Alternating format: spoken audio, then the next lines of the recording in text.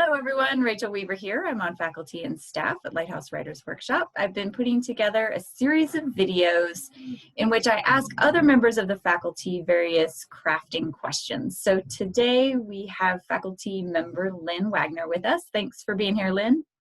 Thanks a lot. So my question for you today has to do with reading. So I think most of us come to writing because we are readers originally. We'd love to read. And then we start writing ourselves, right? So my question for you is how do we use our reading practice to help deepen our writing practice once we have committed ourselves to this road of creating books? Okay, well, first, the one thing that I do want to say is that because I teach an introduction to poetry workshop, and although people maybe fall in love with reading, some people when they're first starting out with writing, they get a little concerned because it's like, oh, I don't want people to influence me. And so if you think you're in the club of like, I don't want to read people because I want to sound like myself, try to stop thinking about that and read, because reading is important, because that's what you said. As we're coming off of LitFest right now, I'm going to frame this discussion a little bit in two classes that I teach at LitFest regularly that are additions. So the content changes every year. One thing that I teach every year is called Poetry in Translation. And so what we do is we read two poets. And so you may be that are writing outside of English. And so the one thing that I hope is that people who may not know a poet will learn a poet. And then actually the other really interesting thing that happens is when we read these poets in translation, we read many different translations of the same poet. And I think that is kind of so neat, because I think that it can inform our revision practice on, oh, is there more than one way to say something? Now, another type of reading that I do, and this is pretty heavy duty, and so this class edition I only teach every other year. I teach this class called Contemporary American Women Poets. And what the game is on this is I read as many American women poets as I can who have published in the last 2 years. Just read them. And I get the books out from the library, and I read to page 10, and if I like it, I keep going. And if I don't, I move on. I keep score, because I'm like this real analytical type person. And what this is, and this is something that we can all learn, is that it's an experiment in taste. On that, when I look at the book, I don't look at the blurbs. I don't decide how famous the poet is. I don't look at who the publisher is. I don't look at how thick it is, how expensive it is, how cheap it is. And it's just a matter of like, what are people writing now? And so it will actually introduce you to, oh, I'm not going to read the language poets, or I'm not Hispanic. Why should I read this Hispanic author? And it's just kind of one of the things that human resources kind of talks about when they're hiring people is the T-shaped person. And what that's all about is breadth and depth. So it's like, I have depth because I care about poetry, and I read a lot of poetry because that's my thing, and it's the only genre I have.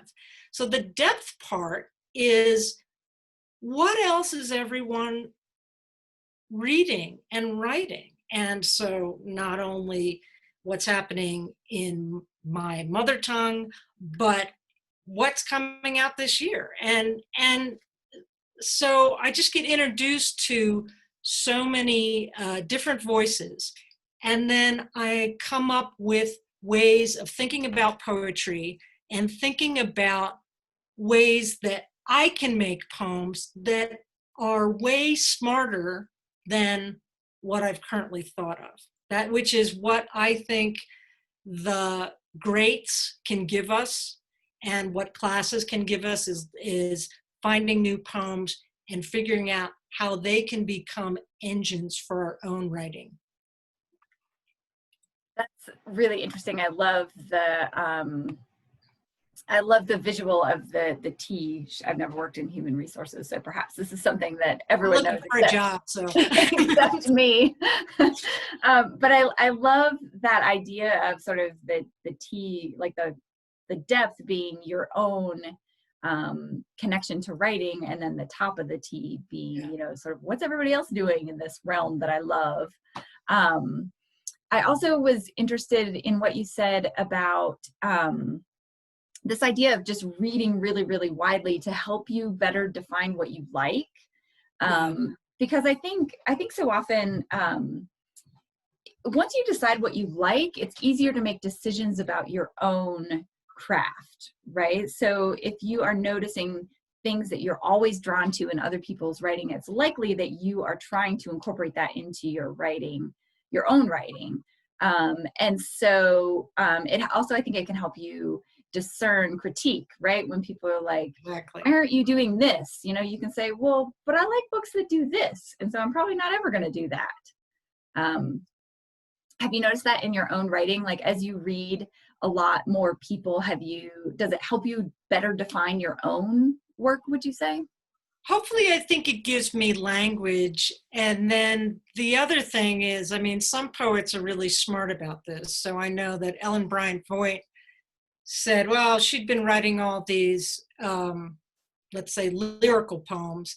And then she sort of started on a new project to write poems that were more narrative. And like, I'm a lyric poet, and it's like, you know, so if you say the name of somebody who's kind of more narrative, I'd be like, I don't really like narrative poems. But it's like, how do you know, it's like eating food. It's like, how do you know? When was the last time you ate an artichoke, and who cooked it? And so, you know, we think we don't like it, but how do you know? And particularly, that's why I really like use your library. And here in Denver, we've got Prospector, so I'm getting books sent to me from Wyoming or whatnot. And it's like, then I can taste it and try it. And if I like it, I'll finish the book. And then from there, I'm actually got the list of books that I'm going to buy. You know, the other thing that's nice is that, oh, when somebody like spoon feeds me. So when I go to a reading, it's like, oh, they're just like doing it for me, and they're, you know, they're performing it. So all I have to do is like sit back and listen, which is, you know, just lovely. Do you think that we can learn a lot from the books that we don't like?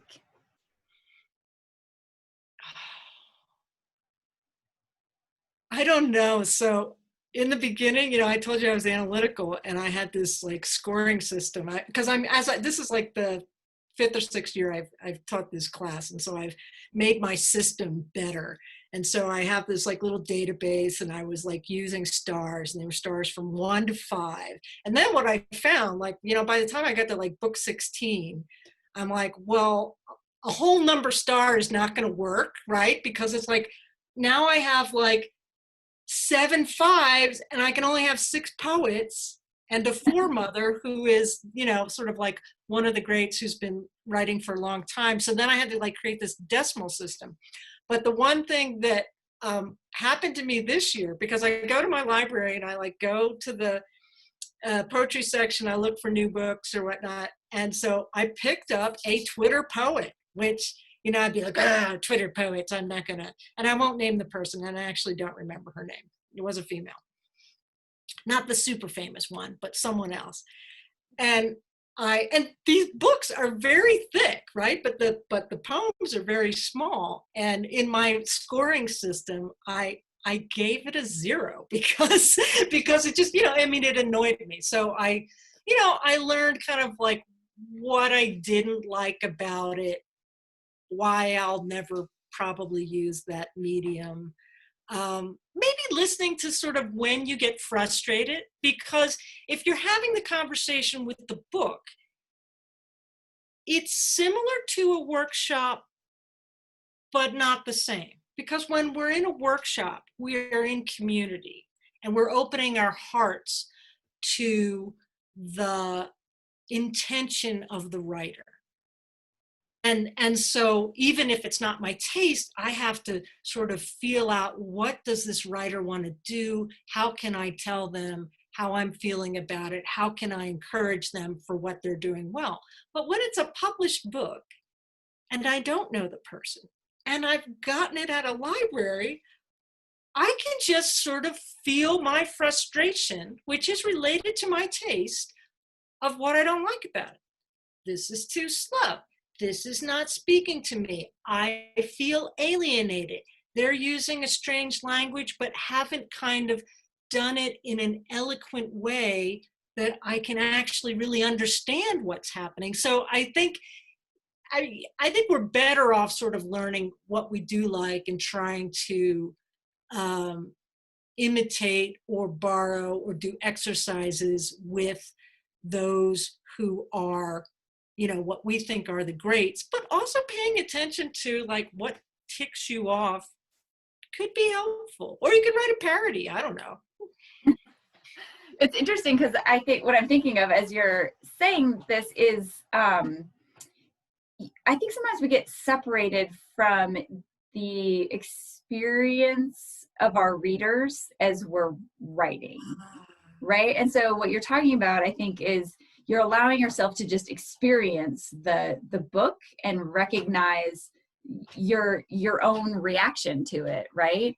And I wonder what you think about that. I wonder if, in sort of allowing yourself this time and space to read really widely, if part of what you're doing is you are going back to the experience of what that writer has offered up, and then potentially trying to incorporate some of that into your own writing so that you are, making sure your reader isn't having some of those negative experiences, like I'm getting bored or I'm getting I tired. really like that idea. And I like that idea particularly for those writers who are working on manuscripts and those writers that work in a shuffleable genre.